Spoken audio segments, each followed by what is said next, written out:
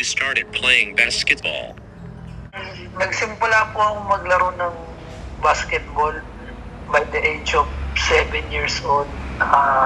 Na-inspire ako doon sa kuya ko na naglalaro siya ng basketball, nag-training camp siya, and then eventually na-share niya sa akin yung mga basic fundamentals na kailangan kong matutunan sa game na basketball. Kasi for me, yung basketball talaga is, nung nakita ko naglalaro yung kuya ko, parang ano talaga siya, sobrang masaya kapag nakaka-shoot ka, lahat ng tao nakaabang sa pag-shoot mo, ganyan. Tapos after nun,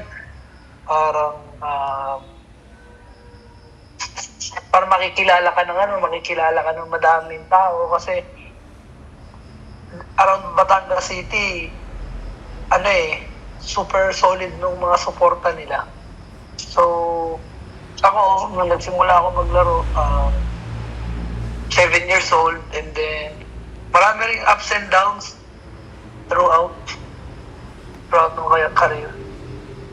Why you choose all for your college schools? Nag-start ako ng college career ko ng basketball sa Our Lady of Fatima University sa Antipolo, which is headed by Coach Ral Prevera.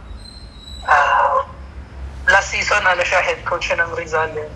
Sobrang ganda ng program niya sa basketball. Hindi lang kasi basketball yung naturo niya sa akin, within yung attitude inside the court, pati rin yung outside the court, kung paano talaga maging disciplined na athlete and maging maganda yung character mo outside. Hindi lang dapat yung magandang character inside the court, dapat outside the court, dinadala mo rin yun. Tapos by being professional in all terms. So, yung Fatima kasi, kaya doon na rin ako nag-start mag-college. Kasi dati, sa Our Lady of Perpetual Help, which is kay Coach Arik nung high school. So, Coach Lester talaga yung nagdala sa akin, Lester de la Rosario, na magdala sa akin papuntang Fatima kasi kilala niya yung mga coaches doon, teammate niya dati si Coach doon, Villamin. So ako parang trinas ko lang din yung plans ni Lord para sa akin, tapos doon ako nadala. And yung Fatima naman is maganda rin yung program nila, tapos pinag-improve nila ako talaga lahat ng skills ko, tapos sila yung tumanggap din sa akin. So ako parang sinipagan ko lang din araw-araw, tapos sinaga ako din yung mga training progress nila. Tapos laging mag-extra work sa hapon. Then madami rin talaga na kumbaga parang minsan madadown ka o kaya mauhong musika kasi from Batangas as mapupunta sa Rizal, which is sobrang hindi naman malayo, pero syempre yung kumbaga yung culture, yung environment parang iba How your MPBL career started? Nag-start yung MPBL career ko, boss, noong 2021, after ko mag-graduate ng college. Sabi ko din sa sarili ko, pag-graduate ko ng college, hindi ko na alam kung magbabasketball pa ba ako or magtatrabaho. Kasi pandemic days kumbaga, ang hirap mag-decide. Tapos parang nung nagka-pandemic, so parang ako, napaisip ako na tutuloy ko pa ba to? Or pero talaga si Lord lang po talaga yung nakakaalam na lahat ng plano niya sa atin. Kasi nung simula talaga na pinush ako ng girlfriend ko na bumalik ako kay Lord, and pagtiwalaan ko na yung plans niya. Nagdasal lang ako, tapos and then after 1 week, tumawag sa akin si Tanbay Athletics, and then right after kong graduate ng college. And then sabi nung managers, Boss Jane Alabanza, sabi niya, magdala ka ng gamit mo, try out ka sa amin. So ako, talagang pinaghandaan ko talaga, tapos parang pinagdasal ko, tapos syempre nakalong ka ba kasi right after ng pandemic, makakapag-try out sa malaking liga kagad ng adult ng MPBL.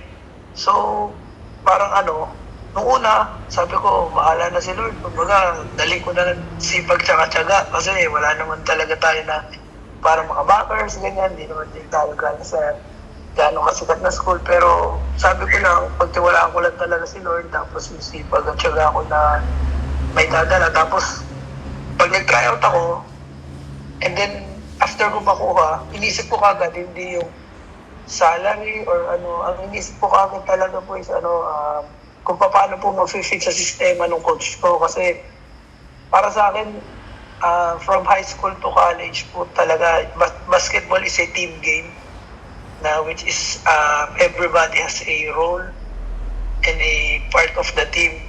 So, ayun po, hanggang magtuloy-tuloy po ako doon sa MPBL na kay Coach Chola po na sobrang professional at sobrang galing din po mag-coach. Doon po nagsimula yung MPBL career ko po. How's experience playing in MPBL? Nung start po talaga, kalaban namin against Imos, sila Kuya Jenmar Bragais, tsaka sila Kuya Ian Velecho. Nung una po talaga, may kaba pero excited po kasi playing in front of our home crowd po sa Batangas City. And then, fourth quarter ako pinasok ni coach. And then, parang sabi ko sa sarili ko, nung parang kita ko sa team na parang una ng depensa, ganyan. So, mindset ko lang talaga depensa kasi yung offensa naman po talaga dadating yun sa iyo eh.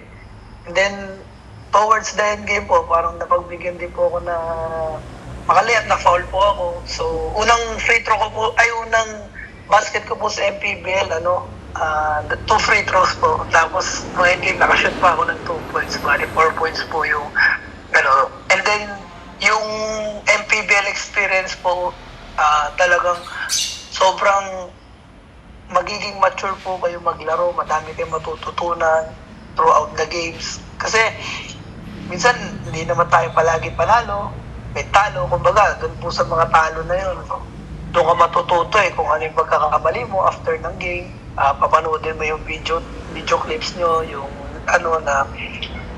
ganito pala, dito pala ako nagkamali. So, kumbaga parang ma-obsess ka po talaga kasi hindi ka kailangan maging kampante kasi lahat talaga po ng teams, magagaling po lahat talaga ng player dun sa MPBL.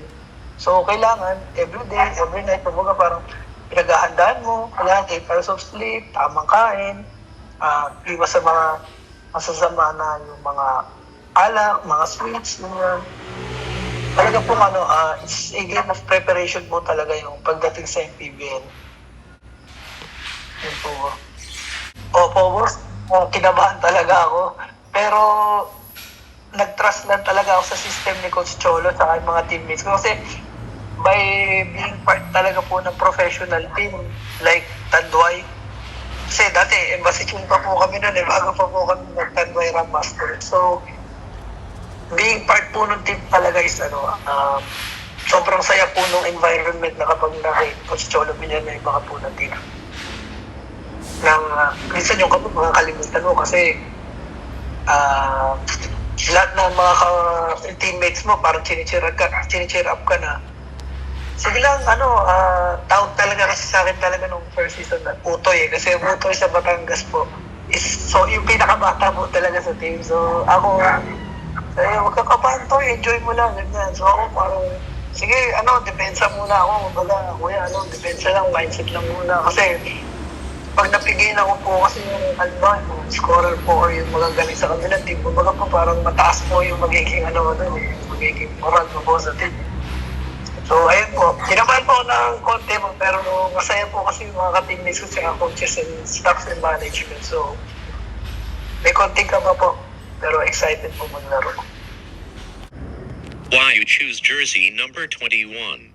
Boss, sa po, pinili ko po yung jersey number 21 po kasi nung simula ko po na naging girlfriend po yung girlfriend ko ngayon, si Miss Jenny Torino po, sabi po sa kanya. Doon po lahat nagbago. Most parang he brings back kay Lord na sinenter ko talaga siya sa lahat ng ginagawa ko. Pagtiwalaan ko lang talaga si Lord. And then everything will follow. And then parang magiging masaya yung buhay ko talaga kapag siya talaga ginawa mo yung best mo. And then para sa kanya, para sa family, para sa mentor ko, para kay Lord. Iba po yung feeling talaga.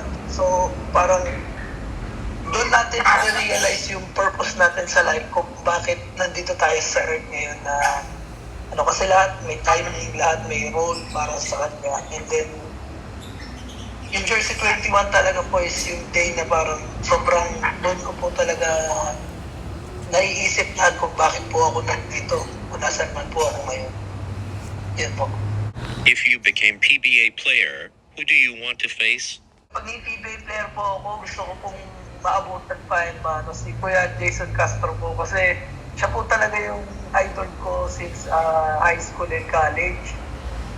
And then second one po is Kuya Scotty Thompson, na naging inspiration ko din po nung high school kasi naging roommate ko po siya sa Perpetual dati, na sinama po ako ni Coach Alex sa kanya sa dorm niya. And nung una po kasi injured siya tapos mag-injury season 89.